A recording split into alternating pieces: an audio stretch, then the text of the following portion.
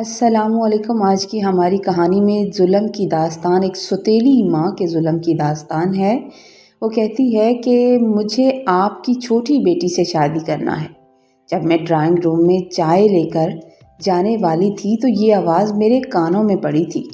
یہ آواز شاہ زیب کے بھائی کی تھی۔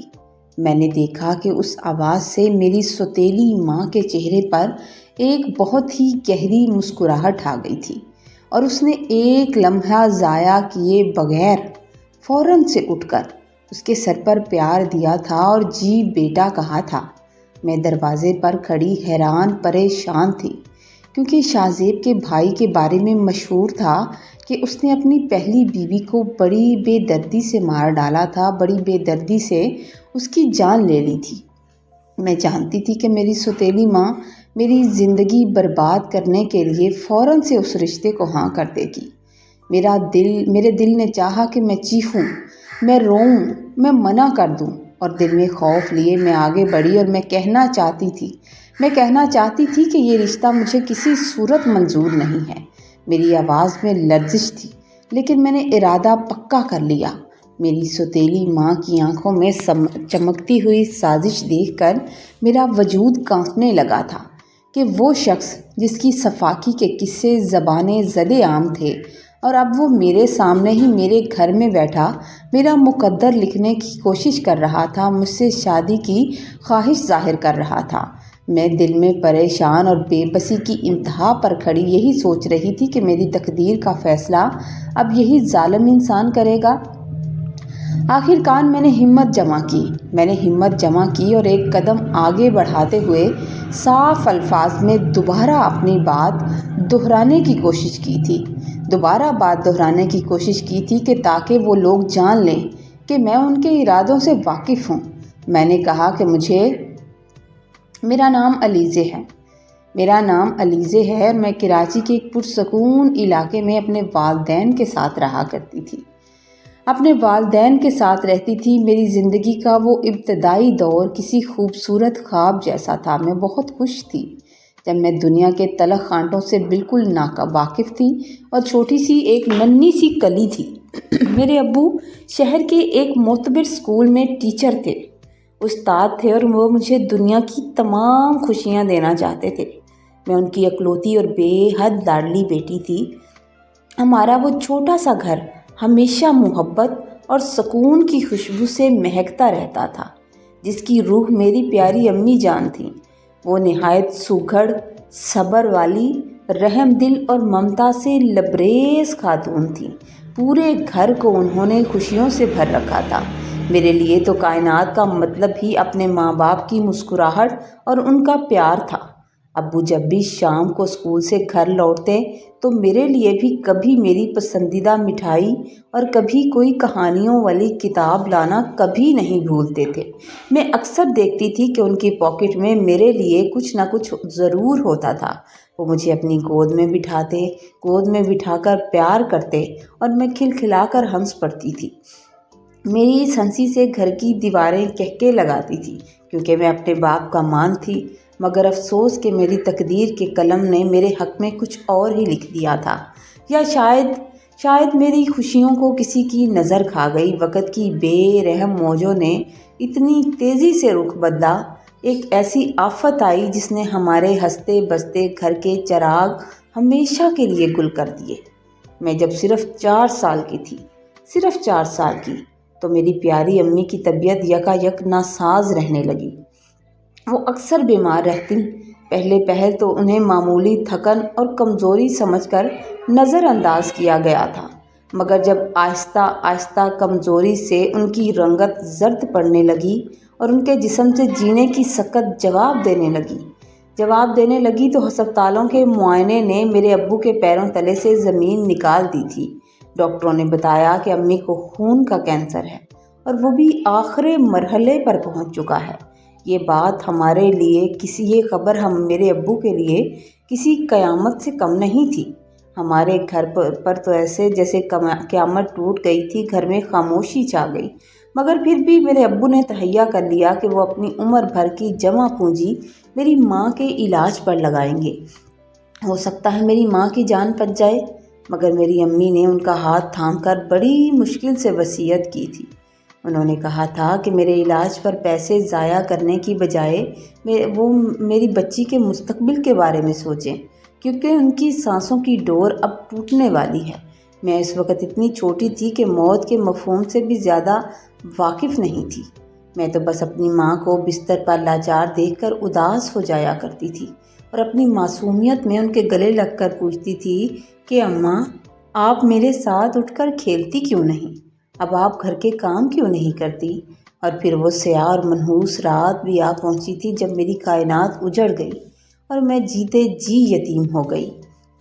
صبح جب سورج نے اپنی پہلی کرن بکھیری تو میری امی ابدی نیند ہمیشہ کے لیے سو چکی تھی اور ابو مجھے اپنے سینے سے لگا کر گھنٹوں آنسو بہاتے رہے۔ میری تو دنیا ہی اجڑ گئی تھی۔ گھر میں ایک وحشت ناک خاموشی کا ڈیرا ہو گیا تھا اور باورچی خانے سے اٹھنے والی لذیذ کھانوں کی مہک اب ختم ہو گئی تھی۔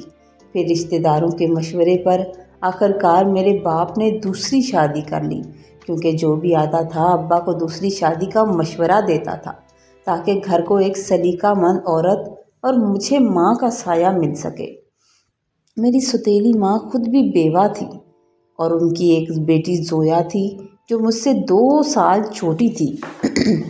میرے معصوم ابو کا خیال تھا کہ وہ میرا دکھ سمجھیں گی، میری یتیمی کو سمجھیں گی، ان کی بچی بھی یتیم ہے تو میرا خیال رکھیں گی۔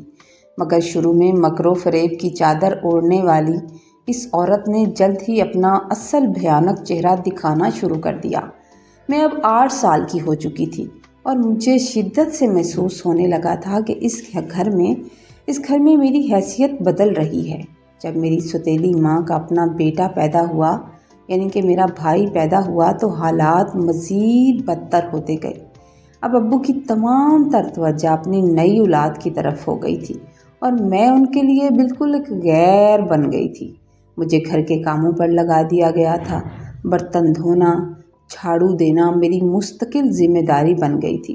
ابو جب بھی تھکے ہارے گھر آتے تو سوتیلی ماں انہیں یقین دلاتی کہ علیزے گھر کے کاموں میں بہت دلچسپی رکھتی ہے، ہر کام شوق سے خود ہی بھاگ بھاگ کر کرتی ہے، اور اگر کبھی میں شکایت کرنے کی کوشش کرتی، ابا سے بات کرنے کی کوشش کرتی تو وہ جلدی سے شروع ہو جاتی اور مجھے ضدی اور جھوٹی ثابت کر دیتی۔ میرا بچپن کھیل اور کھلونوں کی بجائے اب کچن کی کالک اور صابن کی جھاگ میں کہیں گم ہو کر رہ گیا تھا۔ جب میں اپنی زندگی کے 14 سال میں داخل ہوئی تو مجھے لگا کہ شاید اب کچھ بہتری آئے گی، لیکن میری سوتیلی ماں نے میرے معصوم خوابوں کی رہی سہی عمارت بھی زمین بوس کر دی تھی۔ وہ کوئی نہ کوئی بہانہ ڈھونڈتی رہتی تھی مجھے ابو کی نظر سے گرانے کے لیے۔ ایک دن انہوں نے میرا اسکول جانا ہمیشہ کے لیے بند کرا دیا۔ وہ منحوس صبح مجھے آج بھی یاد ہے جب میں نے اپنا بستہ اٹھایا تو انہوں نے راستہ روک لیا اور حقارت سے بولی کہ اب تمہیں اسکول جانے کی ضرورت نہیں ہے، آج سے تم اسکول بھی نہیں جاؤ گی۔ لڑکیوں نے پڑھ لکھ کر کون سا افسر لگنا ہوتا ہے، کرنے تو گھر کے کام ہی ہوتے ہیں، اور آخر تم نے بھی تو دوسروں کے گھر جا کر برتن ہی مانجنے ہیں، تو ابھی سے اس کی مشق شروع کر لو۔ میں بے بس ہو گئی۔ میں نے بے بسی سے اپنے باپ کی طرف دیکھا جو اخبار پڑھنے میں مگن تھے، مگر مجھے امید تھی کہ وہ کچھ بولیں گے، وہ کچھ کہیں گے یا شاید ماں کو منع کریں گے، مگر انہوں نے خاموشی کا کفن اوڑھ رکھا تھا۔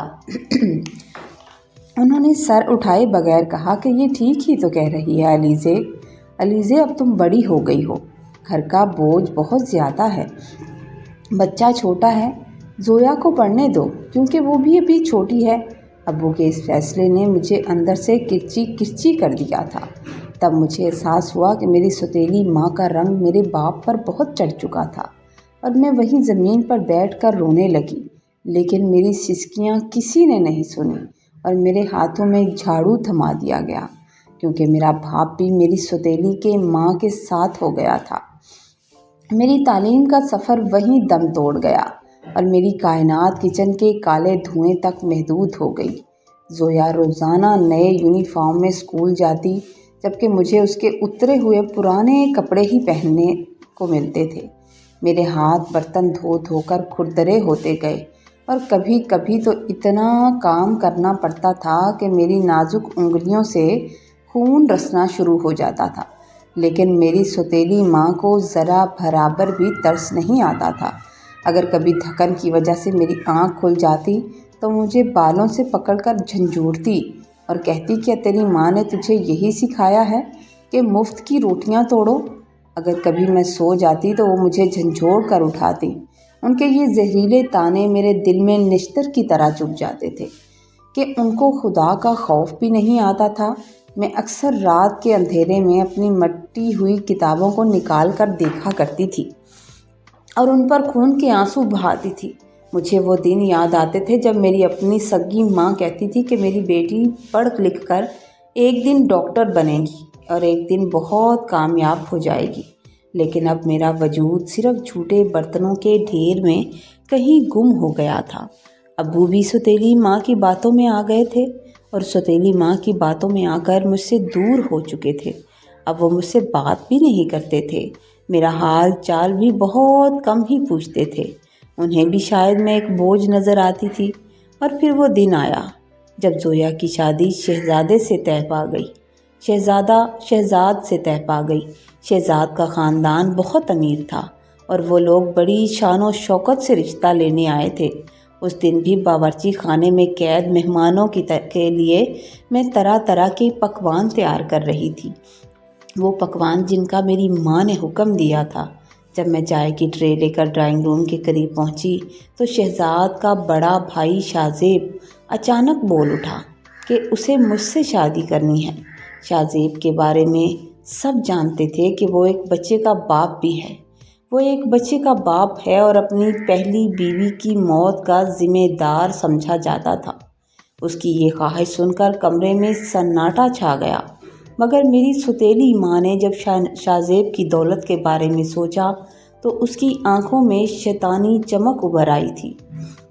میں وہیں دروازے کے پیچھے کھڑی کانپ رہی تھی اور میرا دل زور زور سے دھڑک رہا تھا۔ میں بھاگ کر ابو کے قدموں میں گر گئی اور التجا کی کہ ابو مجھے اس جہنم میں مت دھکیلیں۔ ابو میں اس جہنم میں نہیں جانا چاہتی، میں ساری زندگی آپ کے برتن مانجوں گی، آپ کی خدمت کروں گی، لیکن مجھے اس پاگل شخص کے حوالے مت کریں۔ مگر ابو نے بے رحمی سے اپنا پاؤں چھڑا لیا اور کہنے لگے کہ تم اپنی بہن کی خوشیوں کی دشمن کیوں بن رہی ہو؟ اگر تم نے انکار کیا تو شہزاد کے گھر والے زویا کو بھی لے کر نہیں جائیں گے۔ اس طرح تو دونوں کام خراب ہو جائیں گے اور ان کے گھر پہ پیسہ ہے، کسی چیز کی کمی بھی نہیں ہے۔ شادی کی تاریخیں طے پا گئی اور مجھے ایک جانور کی طرح ذبح کرنے کی تیاری شروع کر دی گئی تھی۔ میری سوتیلی ماں اس دن بہت خوش تھی جس دن میرا نکاح تھا۔ مجھے زبردستی سرخ جوڑا پہنایا گیا، میرے ہاتھوں پر مہندی لگائی گئی، مگر وہ مہندی مجھے اپنے ہی خون کا رنگ لگ رہی تھی، کیونکہ وہ شخص پہلے سے شادی شدہ بھی تھا اور ایک بچے کا باپ بھی تھا۔ نکاح خواہاں نے جب مجھ سے پوچھا کہ کیا آپ کو شاہ ولد احمد اسلم سے یہ نکاح قبول ہے، تو میری زبان ساتھ نہیں دے رہی تھی، مگر میں نے زویا کی خوشی اور ابو کی نام نہاد عزت کی خاطر وہ لفظ کہہ دیا جس نے میری زندگی کو اندھیروں میں دھکیل دیا تھا۔ میں نے کہہ دیا تھا کہ مجھے قبول ہے۔ رخصتی کا دن آ گیا اور ہم دونوں بہنیں ایک ہی گھر میں دلہن بن کر جا رہی تھی۔ سب زویا کو دعائیں دے رہے تھے اور مجھے دیکھ کر لوگ آپس میں ایک دوسرے کے کانوں میں باتیں کر رہے تھے کہ دیکھو کس طرح اس بیچاری کو کسی ایسے پاگل کے پلے باندھ دیا گیا۔ بیچاری کی ماں مر گئی، یتیم بچی تھی تو سوتیلی ماں نے ظلم کر دیا۔ کچھ لوگ تو یہاں تک کہتے تھے کہ باپ تو سگا تھا۔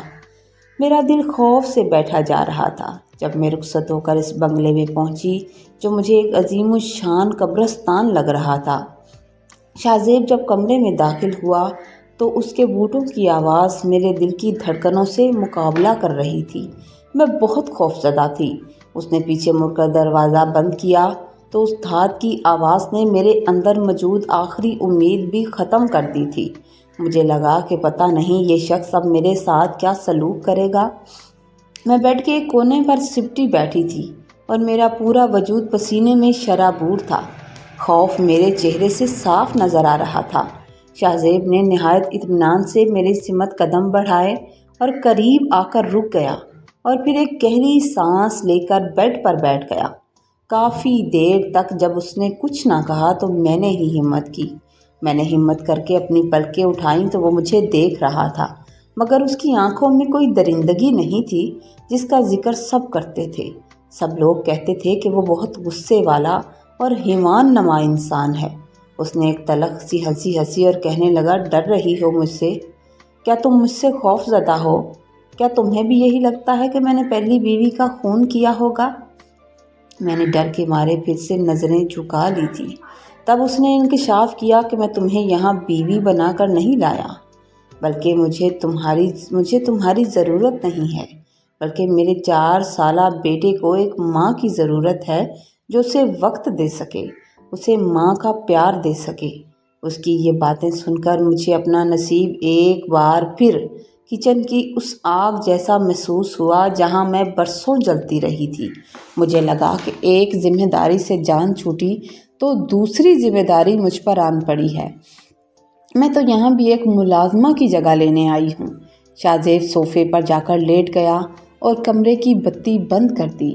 جب صبح کے قریب اس نے مجھے اسی طرح روتا پایا تو پھر وہ میرے پاس آیا اور اس نے اپنی زندگی کی وہ تلخ حقیقت بیان کی جس نے میرے خوف کو ہمدردی میں بدل دیا تھا۔ وہ آہستہ آہستہ مجھے بتانے لگا۔ اس نے بتایا کہ کس طرح اس کے اپنے گھر والوں کے زہریلے طعنوں نے اس کی پہلی بیوی کو خودکشی پر مجبور کر دیا تھا۔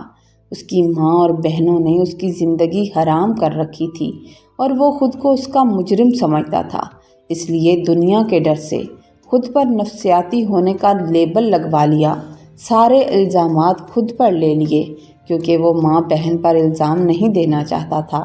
اگلے دن جب میری ملاقات اس کے بیٹے آریان سے ہوئی جو ایک سہمے ہوئے ہرن کی طرح کونے میں چھپا بیٹھا تھا تو اسے دیکھ کر میرا ممتا بھرا دل تڑپ اٹھا تھا۔ میں نے بھی یتیمی کی زندگی سہی تھی تو میں نے اسے اپنی گود میں بھر لیا۔ شاہ زیب نے جب مجھے آریان کے ساتھ ہنستے مسکراتے باتیں کرتے دیکھا تو اس کی سرد مہری پگھلنے لگی تھی اور اسے احساس ہوا کہ میں اس کے اجڑے گھر کو دوبارہ بسا سکتی ہوں۔ میں نے اپنی محبت سے نہ صرف آریان کا ڈر ختم کیا بلکہ شاہ زیب کو بھی باور کرانا شروع کر دیا تھا کہ وہ تنہا نہیں ہے، میں اس کے ساتھ ہوں اور میں ہر مشکل وقت میں اس کے ساتھ رہوں گی۔ میں صبح سویرے اٹھتی، آریان کو تیار کرتی اور اسے وہ کہانیاں سناتی جو میری امی مجھے سنایا کرتی تھیں بچپن میں۔ شاہ زیب کی یہ سب دور کھڑا خاموشی سے دیکھتا رہتا تھا۔ اس کی آنکھوں کی وحشت اب سکون میں بدلنے لگی تھی۔ اسے بھی لگتا تھا کہ جیسے اس کے گھر میں اب سکون آ گیا ہے، لیکن یہ سفر اتنا آسان بھی نہیں تھا۔ میری ساس نے مجھ پر اپنی حاکمیت دوبارہ سے جتانا شروع کر دی تھی اور زویا کے سامنے مجھے طعنے دیتی تھی کہ اپنی اوقات مت بھولو، تم یہاں صرف ایک آیا ہو۔ زویا کی گھر میں بہت عزت تھی۔ ایک دن ساس کا غصہ حد سے بڑھ گیا اور انہوں نے مجھے زور سے دھکا دیا۔ میں گرنے ہی والی تھی کہ شاہ زیب نے مجھے پکڑ لیا۔ ان کی گرجدار آواز پورے ہال میں گونجی تھی، بس کر دے ماں جی، ماں جی بس کر دیں۔ علیزہ اس گھر کی نوکرانی نہیں ہے، میری بیوی ہے، میری عزت ہے۔ میں نے پہلے بھی ایک بیوی آپ کے طعنوں کی بھینٹ چڑھتے ہوئے دیکھ لی ہے۔ آپ نے پہلے بھی میرا گھر بسنے نہیں دیا، مگر اب ایسا نہیں ہوگا، اب میں ایسا ہونے نہیں دوں گا۔ آج کے بعد کسی نے اسے نیچا دکھایا تو میں اسے لے کر یہ گھر چھوڑ دوں گا۔ میرے شوہر شاہ زیب کے اس روپ نے مجھے اندر تک ہلا دیا تھا۔ مجھے پہلی بار احساس ہوا تھا کہ جسے دنیا نفسیاتی کہتی ہے وہی آج میری ڈھال بن کر کھڑا ہے۔ اس واقعے کے بعد شاہ زیب کا رویہ میرے لیے مکمل طور پر بدل گیا تھا اور اب وہ میرا حد سے زیادہ خیال رکھنے لگے تھے۔ انہوں نے مجھے دوبارہ تعلیم کرنے کی ترغیب دی اور میرا داخلہ کالج میں کرا دیا تھا۔ آریان اب مجھے ماں کہہ کر پکارتا تھا اور مجھے لگتا تھا کہ میری اپنی امی کی روح کہیں نہ کہیں مسکرا کر مجھے دیکھ رہی ہے۔ میری سوتیلی ماں نے جو وار مجھے ختم کرنے کے لیے کیا تھا، دراصل میرے لیے اللہ کا انعام ثابت ہوا۔ اللہ تعالیٰ یتیموں پر اپنا ہاتھ رکھتا ہے۔ میں نے اپنے دشمنوں کو معاف کر دیا کیونکہ میرے پاس اب وہ سب کچھ تھا جس کا میں نے خواب میں بھی نہیں سوچا تھا، ایک محبت کرنے والا شوہر اور وہ عزت جو مجھے اپنے سگے گھر میں کبھی نہیں ملی تھی۔ میری کہانی ان سب لوگوں کے لیے پیغام ہے کہ اگر ارادہ سچا اور دل صاف ہو تو اللہ تعالیٰ ہر مشکل کو آسان کر دیتا ہے، اور وہ حقیر سی خادمہ جسے اس کے باپ نے بوجھ سمجھا تھا، آج ایک عظیم الشان سلطنت کی ملکہ تھی۔ اسٹوری آپ کو اچھی لگے تو آپ نے لائک کرنا ہے، کامنٹ میں ضرور بتانا ہے، تھوڑی بہت غلطی ہو جائے تو معاف کر دیا کریں۔ چینل پر نئے ہیں تو پلیز چینل کو سبسکرائب کر دیں، بعض چیزیں لکھنے میں ہم سے غلط ہو جاتی ہیں، اس کے لیے معذرت۔